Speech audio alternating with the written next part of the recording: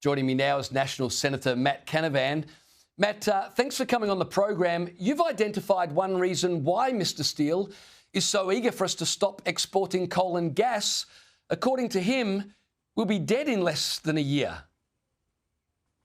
Yes, he didn't repeat this claim in his trip to Australia, but just a year ago, this self-appointed climate czar claimed that we just got 2 years to save the world. Now, we've had a number of these clocks set by different alarmists over the years. They never seem to ring true. It's a bit like the cult leaders saying the end is nigh. They seem to love putting these sandwich boards on and say we've just got 2 years to live. Well, we're a year in to the 2-year warning, and so perhaps no wonder that this bloke is desperate for us to impoverish the nation and end our second and third biggest exports. I mean, this is an absurd suggestion from someone who's being feted by the Labor government. They're treating him almost like a world leader. They're having more discussions with this climate czar than they are with the President of the United States. And this bloke is out there suggesting that coal and gas should finish as exports from Australia. As I say, they're our second and third biggest exports, well over $150 billion of value a year to this country. And if we end those, well, all Australians will be a lot poorer, especially those, of course, who work in these industries. And if this is what the Labor Party, this is a little bit of a precursor to what the Labor Party is planning when they want to host the climate conference next year in Australia, it's going to be a complete and utter waste of time. As I've said before, this climate conference next year that Labor wants to hold, it'll be the Voice 2.0. The UK's climate conference cost them $500 million, $500 million. If anywhere like that it costs us next year, it'll just be like the Voice, completely, utterly useless, just a complete and utter waste of money. And shouldn't our government be focused on lowering power prices for Australians, rather than continuing these useless talk fests that just line the pockets of major companies, banks and these hangers-on that make a lot of money from the climate agenda? Well, Chris Bowen responded to Simon Stiell by saying that targets are easier set than met. Matt, that's probably the most honest thing he's ever said as Climate Change Minister. Well, it's quite a mild rebuke, but obviously maybe it is one a conclusion he's come to by looking in the mirror, because his government has set an 82% of renewable energy target by 2030. Today, Ross Garnaut, someone who's very pro-net zero, pro this government, has come out and said that we're way off meeting that target, like anybody sensible looking at the data sees. I mean, what clearly, though, will be happening here, in my view, is that the Labor Party won't meet its immediate targets, those coming due in 2030. So they'll just set bigger and uglier ones in the future when they are unlikely to be around, or at least the current crop of politicians are unlikely to be around to be held accountable for them. Why don't, instead of setting these ridiculous climate targets, which do nothing for the Australian people, why don't we set a cost of living target? Why don't we set a target to bring down electricity prices, bring down the cost of everyday items, bring down the cost of housing and transport for all Australians? Because please explain to me, James, can someone explain how hitting an 82% solar and wind target in 2030 is actually going to improve the lives of any Australian? How's it going to help? Because now these were presented as means to an end. They were presented as ways of getting power prices down. Now they're just presented as an end, like it's the benefit itself is reaching that target. But how does it actually help people in their real lives? No one explains that now. Well, Matt, you said the government should set a target for bringing power prices down. They did set a target, and that's going about as well as their emissions reduction target. All of that aside, while Chris Bowen is trying to work out how ambitious or not his emission reduction targets should be, your own party is debating whether to have targets at all. Earlier today, you said it doesn't matter if the coalition debate over net zero gets messy, and it's a bit messy at the moment, I must say. But you said right now the coalition is irrelevant. Can you explain to me what you meant by that?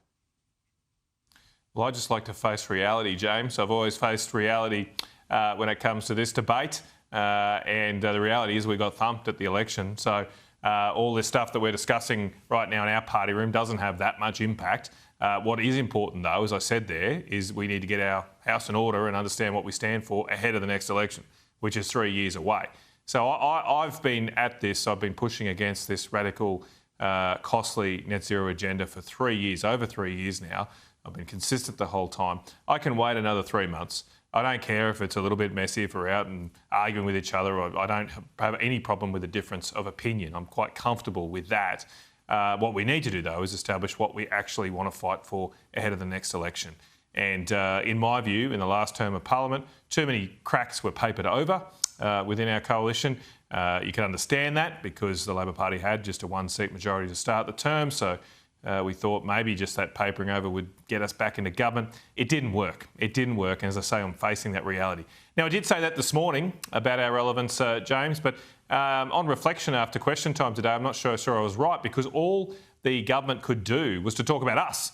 All they did was talk about us today in question time. And so maybe we are more relevant than I think because we seem to be living rent-free in their heads. And they certainly can't seem to spruik their own policies at the moment that are leading to higher power prices, fewer jobs in this country. So all they've got left, the government, is to talk about an opposition that they just beat and are in no position to change things in the Parliament in the short term.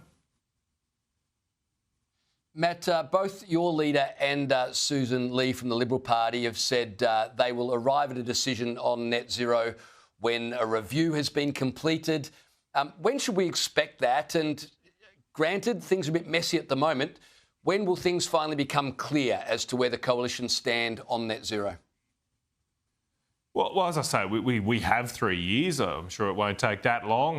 But I'm not really, as I say, in a rush here. I'm not really in a rush. I mean, keep in mind, I know the media always want this, right? But the general public aren't following these things as closely as you and I are. Keep in mind, ahead of the 2010 election, it was only 6 months before that election that the then coalition changed leader to put Tony Abbott in and finally decided that it would oppose Kevin Rudd's carbon pollution reduction scheme. So it did take effectively 2.5 years in that term to settle the position. And within 6 months, less than 6 months later, Kevin Rudd was gone. He was no longer Prime Minister. And Tony Abbott effectively won the 2010 election, but for Tony Windsor and Rob Oakeshott defrauding their own constituents. So, the idea that somehow we need to have all of our policies and decisions made years out from an election is just not consistent with the electoral history of this country. People will look closely at us ahead of the next election. Right now, what we need to do is establish what we truly believe in, what we think is right for the country, and have that debate. And what I really would hope we do, James, or I hope we have the debate, for a start, which we haven't had on net zero. And secondly, when we do have that debate, we have it about what's best for the country, not what's best for the party, not what's best for particular individual seats or members of Parliament, because we'll never win an election if we focus on how is it that we can get more of us in a job. If that is our fundamental guiding principle, we won't win. Because we need to be able to present to the Australian people a plan that helps them, not us. We can't expect people to trust us and support us if all we're talking about and worrying about is how do I keep my seat. We've actually got to make decisions, have courage and be bold and guided by our principles to say this is our plan to make your life better.